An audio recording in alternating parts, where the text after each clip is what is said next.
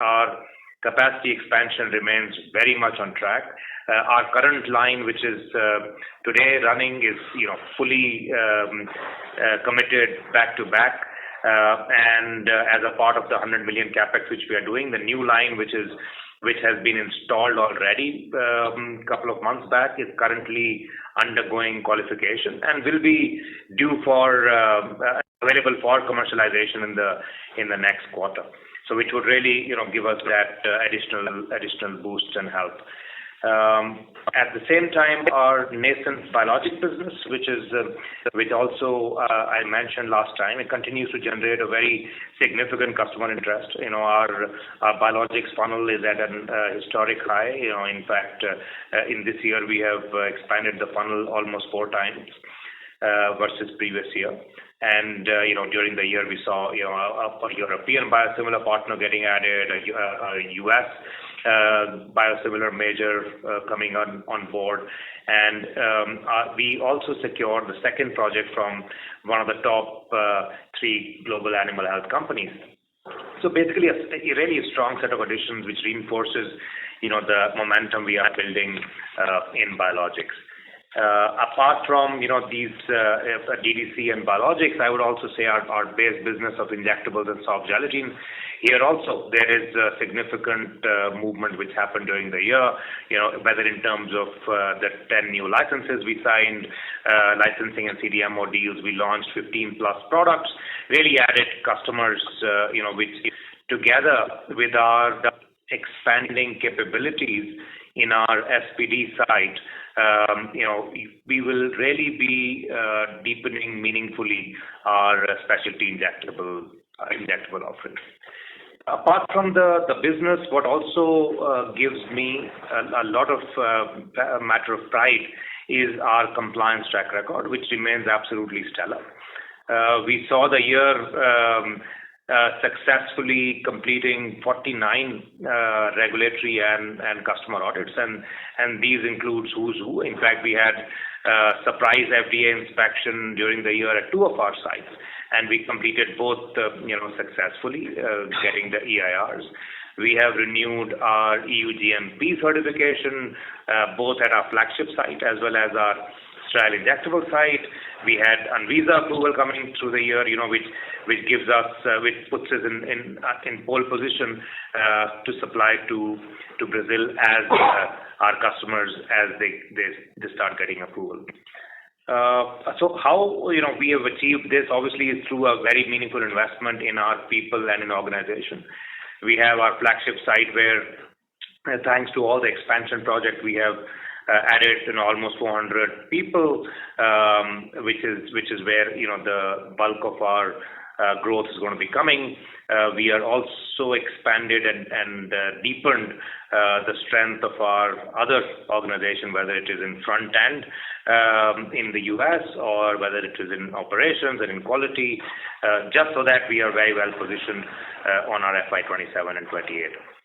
Our commitment to our community as well as environment also was recognized by EcoVadis, who have awarded us the bronze medal for FY25. And this is really with a very strong improvement across all categories. We have also been recognized as a leader by National Stock Exchange Sustainability Ratings. So basically a very strong external recognition that this is an area where we are really committed as a company and will continue.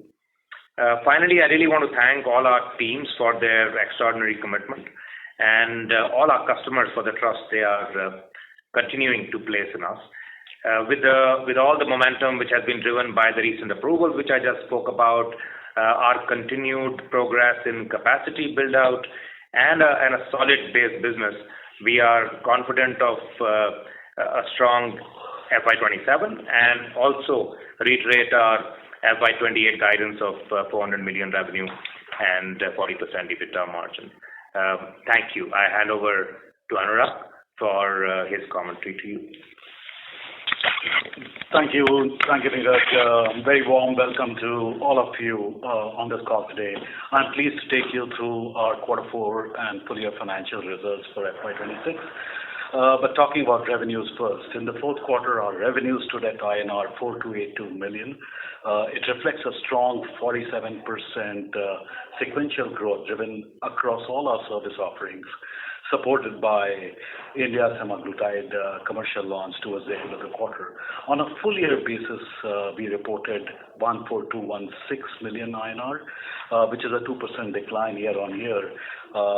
It reflects the softer quarter that we had in the previous quarter, due to delayed semaglutide approvals in Canada. On the profitability side, the Q4 EBITDA reported was 919 million, which is more than 5x sequentially, and the margin expanding by 1550 basis points quarter over quarter, reflecting a strong operating leverage on our higher CSA revenues. For the full year, the EBITDA declined about 35% due to delayed semaglutide approvals, which weighed in on our second half of the results. As you are aware, there is a significant regulatory change on the new labor code during this year. During the course of the year, we've already fully provided for this change as an exceptional item in our current year's financials. Looking at our PAT and EPS, adjusted PAT for the quarter is about 390 million compared to a loss in the previous quarter. So this quarter we reported loss to profit. For the full year FY26, adjusted PAT stood at 739 million. Accordingly, our EPS for the quarter is INR 3.4 on a fully diluted basis and 6.5 to INR 6.5 for the full year. I would like to highlight that our PAT and EPS metrics exclude exceptional items and amortization of scheme-related intangibles, which is a commentary that I've been making repeatedly.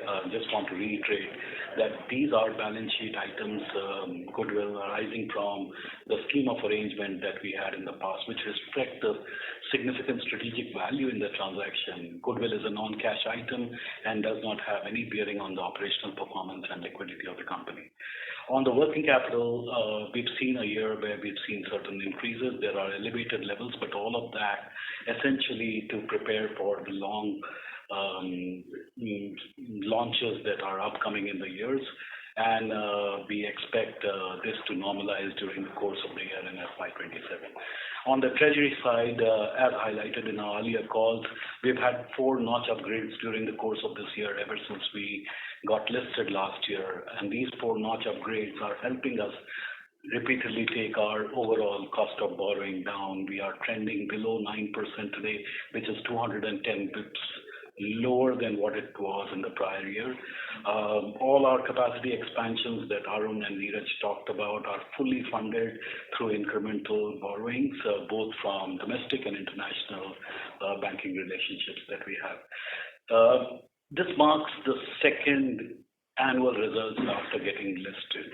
And while FY26 has been a year we've been building with investments and managing the transition to commercial phases, we believe we've got a very good foundation in place and very excited about what lies ahead for us in FY26, 27 and 28. We expect to scale meaningfully, building towards the 50% plus ROC expectation that we have for ourselves during the medium term. We are committed to creating the long-term value for our shareholders, and we truly value your partnership. Thank you. And I will hand it back to Abhishek for further questions. Neeraj, we can open the Q&A now. Thank you very much. We will now begin with the question and answer session. Anyone who wishes to ask a question may press star and 1 on their touchtone telephone. If you wish to remove yourself from the question queue, you may press star and 2. Participants are requested to use handsets while asking a question. Ladies and gentlemen, we'll wait for a moment while the question queue assembles. Participants, you may press star and 1 to ask the question. First question is from the line of Rupesh Tatia from Long Equity Partners. Please go ahead. Hello. Thank you for the opportunity and congratulations on Canada approvals for semaglutide.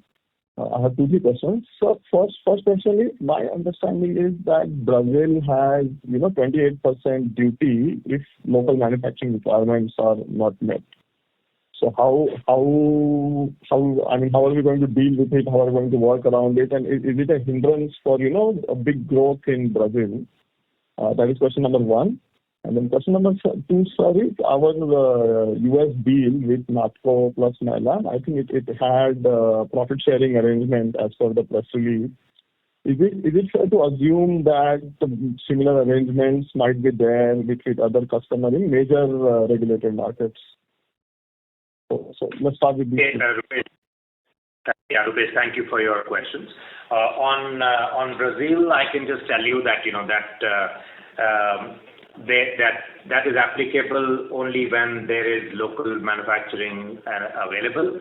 As we speak right now, there is no manufacturing which is available in Brazil. And also, having said that, as a CDMO, all our terms with our customers are ex-works. So really, any impact of whether it's a tariff or otherwise, will actually be to the customers to really be taking over, if that clarifies. And to your second question around profit share is, what we have shared in public domain is what we have shared. And you know that at CDMO, we neither do we talk about which customers we have or the terms which are with them. And I hope you will appreciate confidentiality is the biggest part of our deals with our customers. Okay.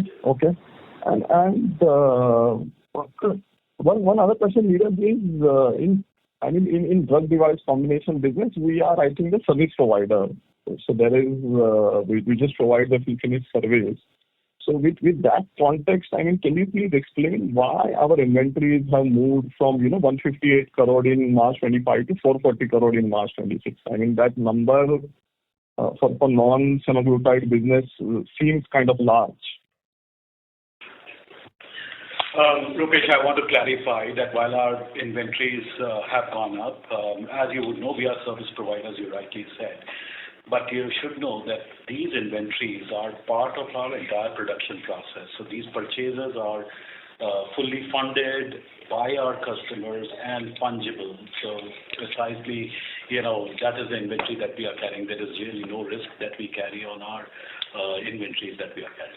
It is paid for by the customers already, just for you to know, because our benefit to our customers, Rupesh, is the fact that we are able to combine, pool in the demand from various customers and able to get better terms for customers for all the inventory which is fungible among them. So Anurag, this inventory change then will not flow through P&L. Is that fair? The inventory up and down will be adjusted against customer advances. Is that a fair way to look at it? You're right. That's correct. Okay. Thank you. I have a few more. I'll come back in the queue. Yes. Thank you. Participants, you may press star and 1 to ask a question.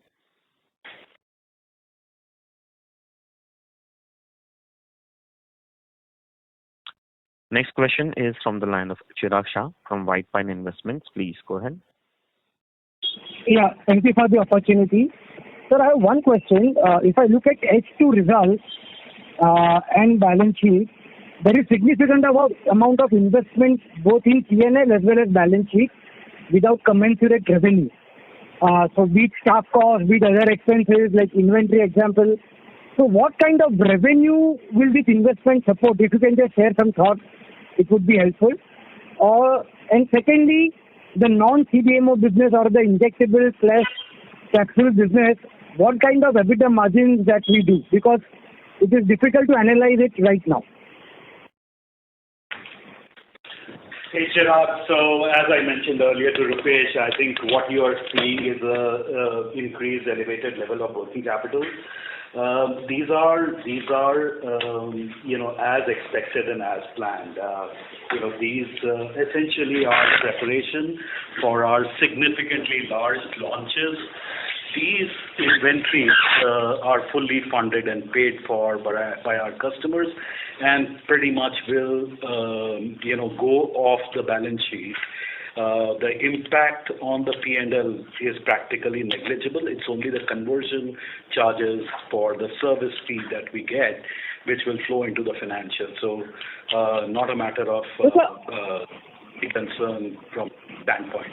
What we are also doing from a balance sheet standpoint is there is capacity build out, and that's the increase that you may be seeing.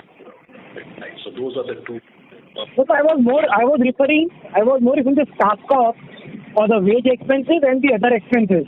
Despite drop in revenue, we have seen a increase in both line items, and that could be because of the cost that we are bearing on expectations of potential revenue. So all I'm trying to understand is what kind of revenue scale this staff cost and other expenses can support, and beyond that, there will be further investments that will be required. So I think this is, Chirag, just that, this is the environment which is being put in the entire expansion of capacity, whether it was earlier the capex which we said, but this opex is basically to support that expansion, and that is what we have said. It is for supporting our guidance of 400 million revenue, out of which the DDC part where the increase is happening is very significant, and that's where we already said the second line is already here, and second line is undergoing qualification right now. So there is opex associated with it, and that's when it comes online from next quarter onwards, and similarly that third line which will be coming online later in the year. So I think that's what you see. So, and the revenue guidance we've already given, which is going to be coming out of this expenses. Thank you. Chirag, I'll request to come back for a follow-up question. Participants, you may press star and 1 to ask a question. Next question is from the line of Nitin Agarwal from DAM Capital. Please go ahead. Thanks for taking the question. On the capacity, could you probably just remind us on the timelines for the capacity expansion in DDC, and by when do you see these incremental capacities available, and if you could give also some sense on by when do you see reasonable utilization of these capacities in your plan? Yeah, Nitin, hi. So thanks for your question. So if you see our, as I mentioned, the current line is currently completely busy on doing the CSAs, the commercial manufacturing for both Canadian partners as well as our multiple Indian partners. The new line, which is currently undergoing qualification, it was installed earlier in the year and it's now undergoing qualification. That line will be available from next quarter onwards. And that's what it'll ease pressure on the existing line, and as and when customers keep moving, because that is also the line which has the capability of going to a significantly larger batch size of 500 liter, which actually is in the interest of our customers and us to be able to churn even higher output from that line. And once the third line, because you know that we are going to be adding two additional lines this year, and as the year will be ending, we'll be having the second new line. So by end of the year, we will have 3 lines installed, and you will see, as we have said, the sequential improvement in both revenue and EBITDA quarter on quarter. That sequential improvement actually is built on basis of these new capacities being available. Because as I mentioned in my note, we have a very clear visibility of a very robust demand, from all the markets which are either already where the approvals are there or the approvals are going to be coming. And with this capacity expansion, that demand will keep getting serviced, and that you will see shown in our sequential quarter-on-quarter improvement. And you also know that there is an additional line which will be coming next year, but I'm not even factoring that. I'm just staying put with 3 lines which will be ready and which will be visible by end of FY27. What will the capacity available there? The 40 million in the first line, and how many cartridge capacity will be there by the end of the year available with us? Yeah. So Nitin, I think last time, if you remember, we explained that our capacity, way to look at the capacity is in the number of sterile days which are available as a sterile injectable company. And that is, roughly, we look at roughly about 225 odd days of sterile manufacturing available to us. And in this, it is then a function of batch sizes. Now, if we do a 200-liter batch size, we can do roughly 60,000 pens per day. And if we were to take the batch size to 500 liter, that number immediately goes up by 2.5 times, as you can imagine. So from the same line, the output can vary quite significantly and increase quite significantly depending upon the batch sizes. So the customers who will move to the batch sizes will be able to get a much higher output from us. And the same will be applicable to all the 3 lines. So you can imagine that, with 225 sterile days for us on one line, and you multiply by 3, give you the 675 odd days, which will be available to us once all the 3 lines are up and running, making commercial. And that's the best way to look at our capacity. And also at the same time, I will also tell you that what we are really good at and what our customers are really valuing us for is all the capacity which I am telling you is not only for filling, it is end-to-end, including assembly. So we are offering our customers the full finished packed product. And secondly, on the biologics CDMO business, I think there is... Nitin, sorry, your audio is coming muffled. Can you please speak through the handset? Sorry, is it better? Yeah. You're saying on the biologics business, we've probably made a lot of progress on the funnel, but with what we see in the business now in terms of the pipeline, the way it's building out, when do you see this business beginning to contribute to a meaningful proportion of the consolidated EBITDA for the business? By what time does it begin to happen? So, Nitin, biologics is a really very exciting business for us. As you see, there are so many global tailwinds which are supporting, including the recent changes in the guidelines by FDA as well as Europeans, which have opened the biosimilar business dramatically, expanded the size of the biologics business, the biosimilar business globally, and obviously the access and the attractiveness of CDMOs like us, because of the comparative cost which we offer, because of the agility and time to market which we offer, has made us really, really attractive.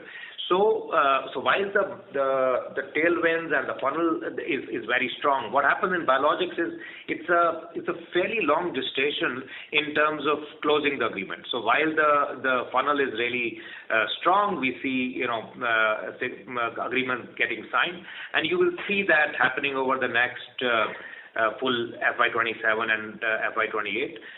For you will already see a meaningful contribution coming in FY27 and FY28, but the real kicker is once the commercial manufacturing starts for biologics, which is, I would say, still beyond the current time horizon which we are looking at FY28. We see the commercial manufacturing happening 29 onwards. However, the contribution from biologics will already be meaningful in FY28. And second, one last one. Arun, if you can answer that, we're talking about a F28 guidance which we've been holding on to for the last couple of years. Now, if you look at OneSource as a business qualitatively, how should one think about the business beyond F28? If you can give us some qualitative feel on how should we visualize the business scaling up beyond that? I would request Arun to answer. It's a good question. Good questions. Nitin. Hi, Nitin. On your question, basically, there are several modalities, right? There's a lot of conversation and noise around the DDCs, which of course is an important segue to our 400 million. But we have several modalities, including our soft gels, injectables, and the biologics, which is a nascent build-out. As Neeraj said, that will take a little time before we've got a lot of contracts signed up, early stages, and a lot of RFPs issued.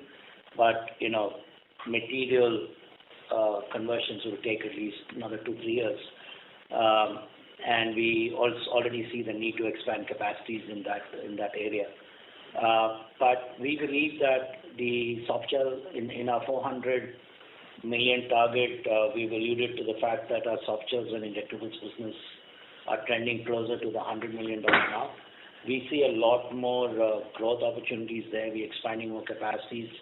Neeraj alluded to the enhancements of capacities in our injectable space. We have a fourth line coming in Unit 2, which is a dedicated injectable capability with several features, including an SCD with high viscosity pre-filled syringes.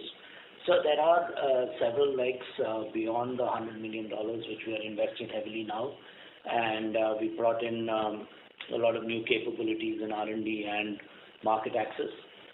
So we are very confident those businesses will grow quite smartly in the next many years and should give us much more leg up on the beyond 400 goals. Of course, the Steriscience assets would have added to the whole story, but that's for another day. But having said that, the 400 million organically will also have some inorganic elements, not necessarily the Steriscience assets. And clearly, they would also. That's a pivot that we'll continue to look as we create beachheads internationally. Thank you. Nitin, I'll request to come back for a follow-up question. Next question is from the line of Kunal Lakhan from CLSA. Please go ahead. Yeah, hi. Thanks for taking the question. It's a little more elementary question. With respect to semaglutide, do we have like a minimum commitment on volumes from our clients, say either on a quarterly or an annual basis, irrespective of whether the clients are able to sell their inventory in their respective markets or not?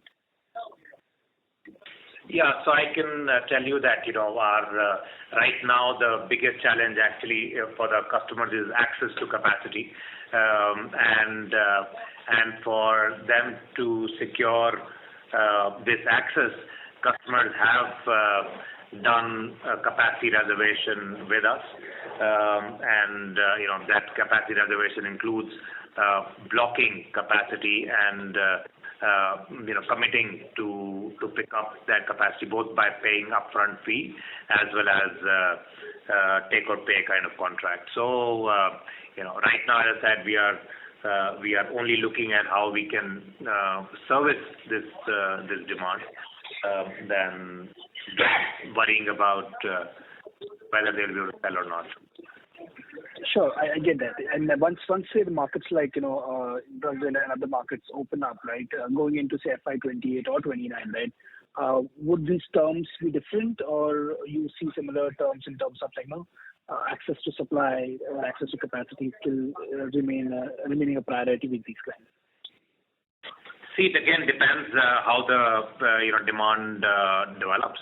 But I can tell you, considering right now the way we have seen India pick up, we are seeing even the brand in other markets where the expansion which is happening continues to go beyond beyond what was anticipated, and the demand supply gap will continue to be there at least for next 2 years. So so right, while I cannot forecast any future, but I can tell you that certainly over a next 2-year period, there will be a challenge more. I mean, demand will be robust, and the gap will be more from supplies than the demand.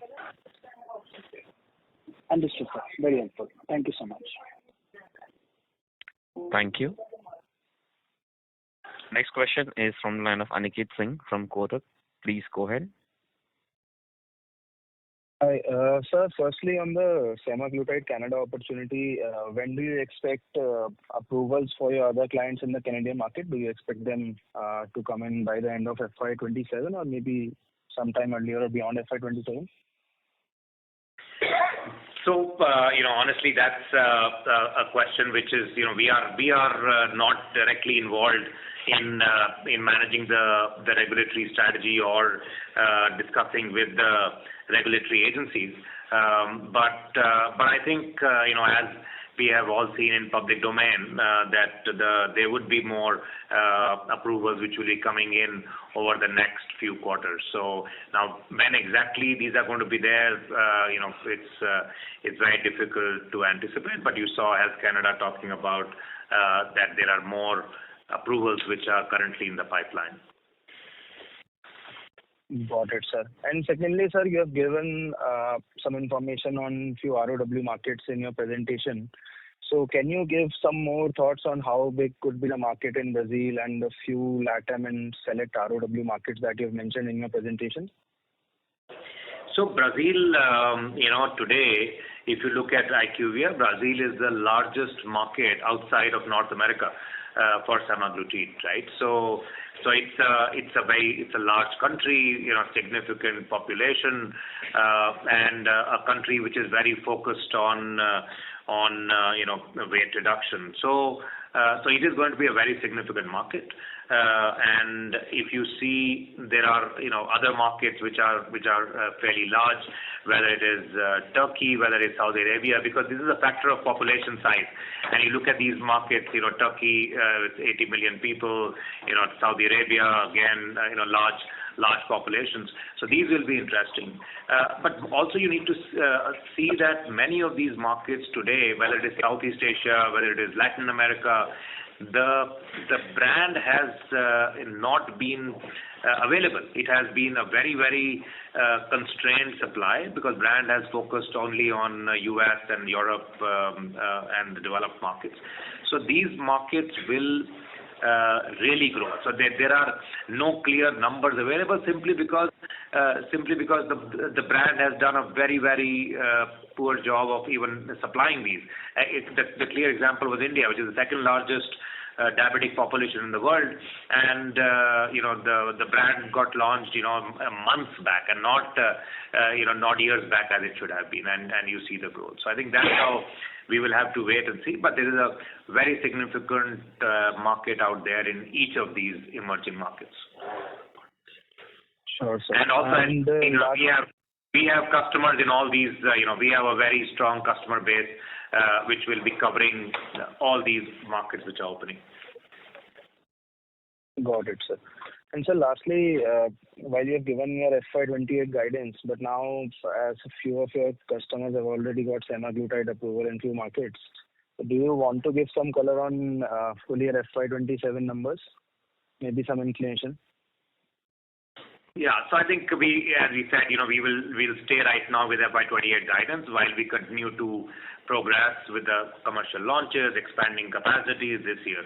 So this year, right now, we are iterating FY28. Okay. Thank you. Thank you.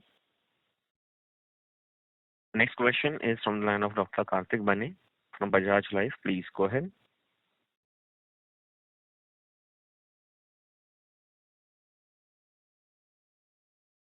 Dr. Bane, can I request you to unmute your line and proceed with your question? Can I take the next question? Due to no response, we move on to the next participant. Next question is from the line of Ritika from Value Quest Investment Advisors. Please go ahead. Yeah. Hi, sir. Thank you for taking my question. First question is on Brazil market. As per the Anvisa's website, we see only handful of applicants which are currently under review, though there would be 17 applicants. Could you help us understand of these top filers, what would be our partnership number? Though we've said we have 5 partners, but out of these top applicants, where would our partnership share be?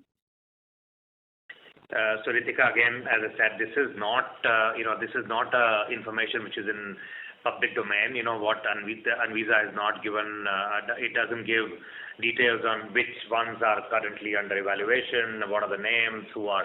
So I can only tell you that our customers are a fairly variable bunch. We have some of our global generic company partners who have filed in Brazil. We have got Brazilian companies who have filed in Brazil. We've got regional strong leaders who have filed. So it's very, very difficult to really understand where they are. But as and when the approvals will start coming, our customers should certainly be in that first wave. Sure. Second question is on Saudi Arabia as a market. 3 months back, we had given out the notification of approval of the drug in Saudi Arabia, semaglutide. Why would there have been delay in launches? Could you help us understand that? No, so here it's not delayed because the fact is that while Saudi Arabia there was no patent, you're aware that there was a patent in India, right? So that's that was a constraining factor and not the Saudi patent. Now that all that is freedom to operate is there. So as we have said, the Saudi launch is imminent. Sure. Last question is on customer advances. What would this number be currently on our books versus 250 crore last quarter? Ritika, the number would likely be at almost the similar levels. There's not significant change on that number. Sure. Thank you so much. Thank you. Next question is from the line of Aman Vij from Astute Investment Management. Please go ahead. Good afternoon, sir. First question is on the biologics part. You explained how FY27 and FY28 would be good growth years for the business. I just wanted to understand what is the number in terms of revenue and say EBITDA loss for FY26, and when do we expect the break even in this biologics business? So just I think we have mentioned that earlier. The stage of evolution we are in right now, we don't really break it down in that granularity business-wise because the modalities our customers take are all together. So and as you know, right, as I mentioned, that CDMO, our biggest asset is actually confidentiality of our customers. So we don't really break down business-wise the revenue or any other financial. If you can answer which year can we expect the business to break even and start contributing in terms of profitability also? As I said, it's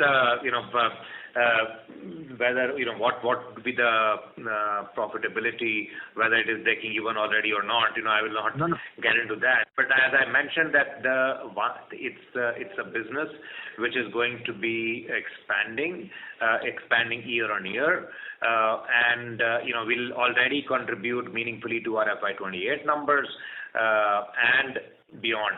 In fact, that is a business which has got very long runway, for us beyond FY28, because the commercial manufacturing is going to be starting beyond FY28, and that is a very, very meaningful growth on these numbers. So, I mean, just to let you know, it's a very strong EBITDA business.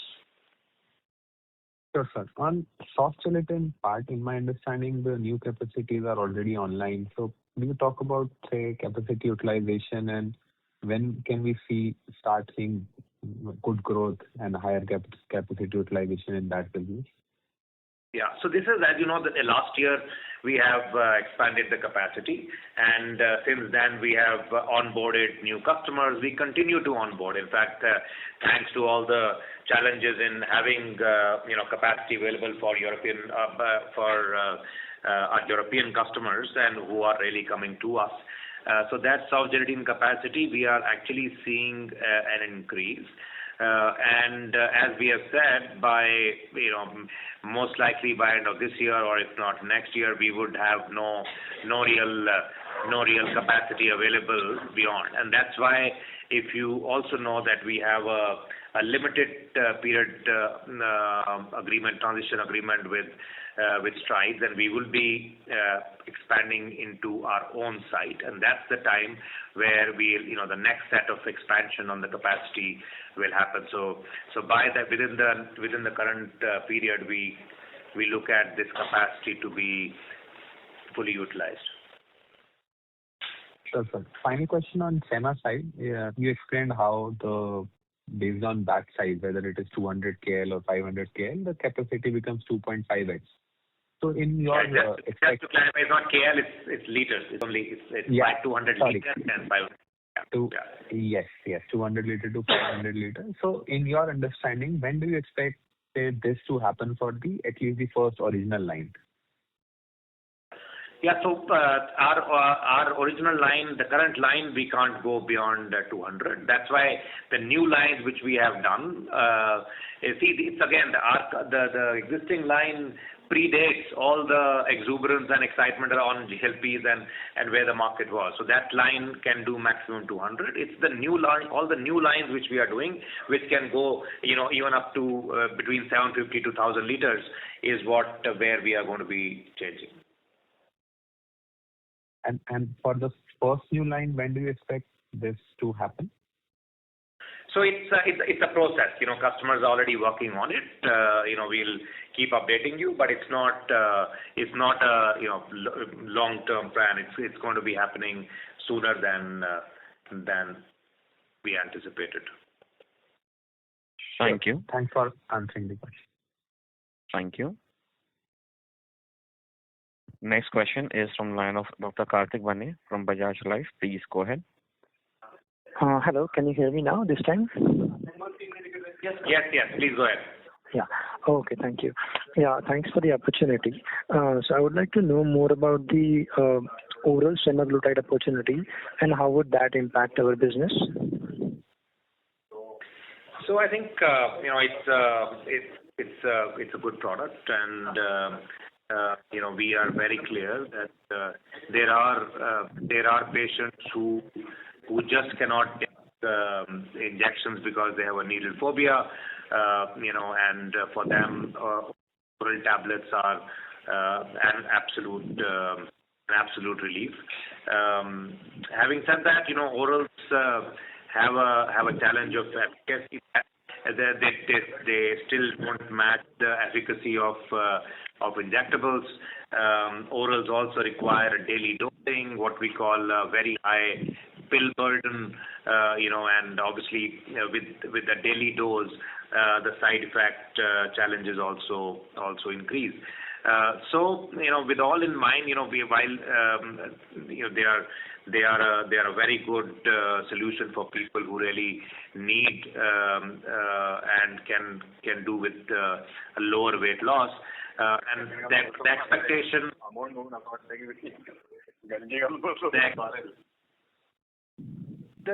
Karthik, can I request to unmute your line, please? Yeah, I'm sorry. Yeah, so we don't expect the orals to be taking about anywhere between 25% to maybe a third of the total market. So the market will overwhelmingly stay as injectable. Simply look at the pipeline of products, the other GLP products which are coming, which are overwhelmingly injectables.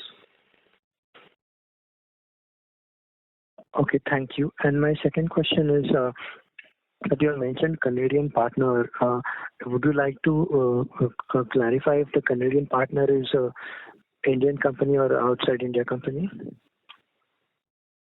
See, I think we have said, right, that it's one company is in public domain, which is Dr. Reddy's. And the second partner is also, in very clear, we have put in public domain. Our partner is Orbicular, but Orbicular has a partner in one of the largest Canadian companies. So I think it's there are only two companies who are approved, so you can, I'm sure, figure out which ones are those. Okay, thank you very much. Thanks a lot. Thank you very much. Ladies and gentlemen, in the interest of time, that will be the last question. I'll now hand the conference over to the management for closing comments. Thank you very much for taking time and asking such insightful questions. Really appreciate the interest.